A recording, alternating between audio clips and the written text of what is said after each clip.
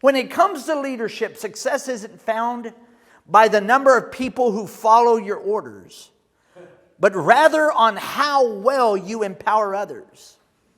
I was reminded of this a few years ago. When some friends of mine were channel surfing, and there I was on national television.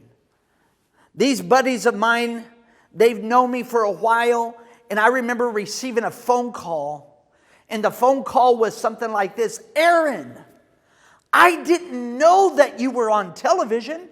I didn't know that you were walking in that level of success. But what they didn't know, they saw something taking place on the outside. But what they didn't know is they didn't know the angst. They didn't know the dis-ease that was taking place on the inside. Because on the outside, I'm on national television. On the outside, I'm delivering my keynotes. On the outside, I'm ministering God's word on national television. And we're getting invited to go and speak at different events, conferences all over the country. It appeared that on the outside, things were highly successful. But on the inside, there were areas that were eating me alive. Because on the inside, I identified that I had drifted from my purpose.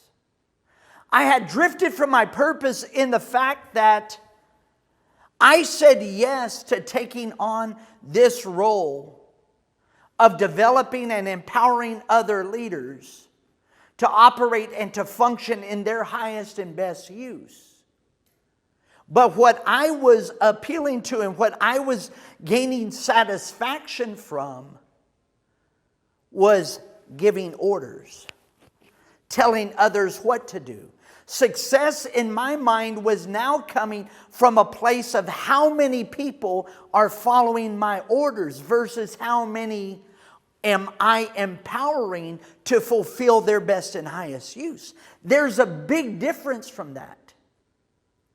See, I truly believe that as an empowering leader, my role, my position, my call is to help others identify what is their strengths, what are their weaknesses, opportunities, and threats, and then to empower people just like you to achieve those and accomplish those so that way you can fulfill your true God-given potential.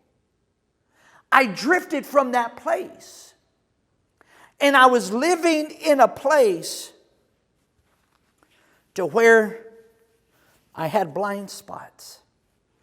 I was leading from this position of giving orders. I was leading from this position of having some extreme highs, but also having some extreme lows. That great leaders were coming to our organization, but as quickly as they were coming was as quick as they were going out. So we had a high rate of turnover. We had people in our organization that were doing just enough, and I was stifling their creativity. And then we had those that were coming around and that they were coming against what it is that we're doing.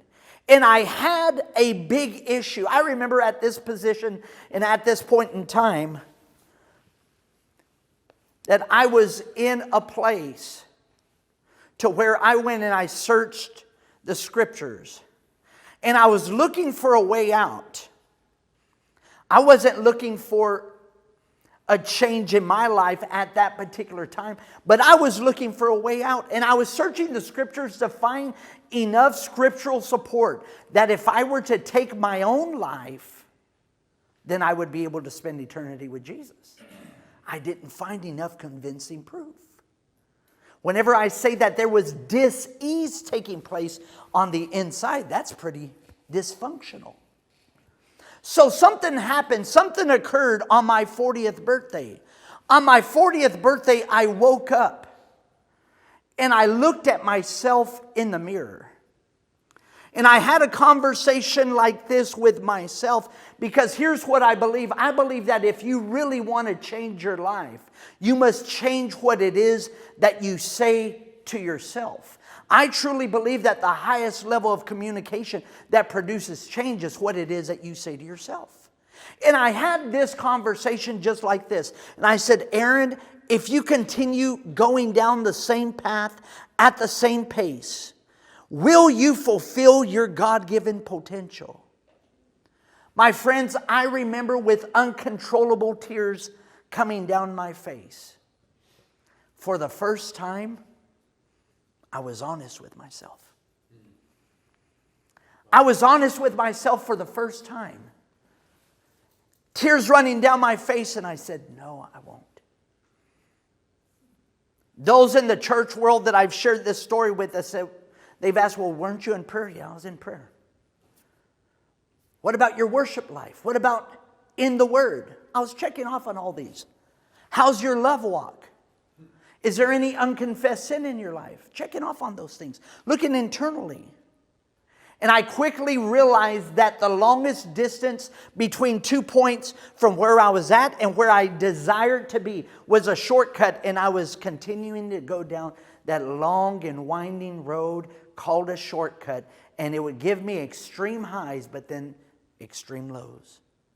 And I knew that if I was going to change and if I was going to fulfill my true God-given potential, I needed a proven system.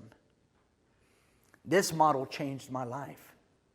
This model provided solutions to help me love myself first of all, and to help me truly love others unconditionally. When I identified these blind spots, I recommitted my life to empowering other leaders just like you, to be able to help you identify what are my leadership blind spots, and not stop there.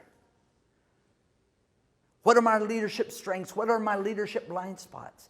Then what action steps can I take in order to move these blind spots, to make a turn and shift these blind spots and make them clear vision? Throughout this presentation, you're going to hear me say quite a bit from blind spots, and here's what I want you to do.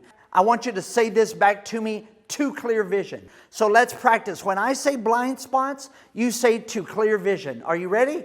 From blind spots to clear vision. From blind spots to clear vision. So we're going to help you turn your blind spots into clear vision.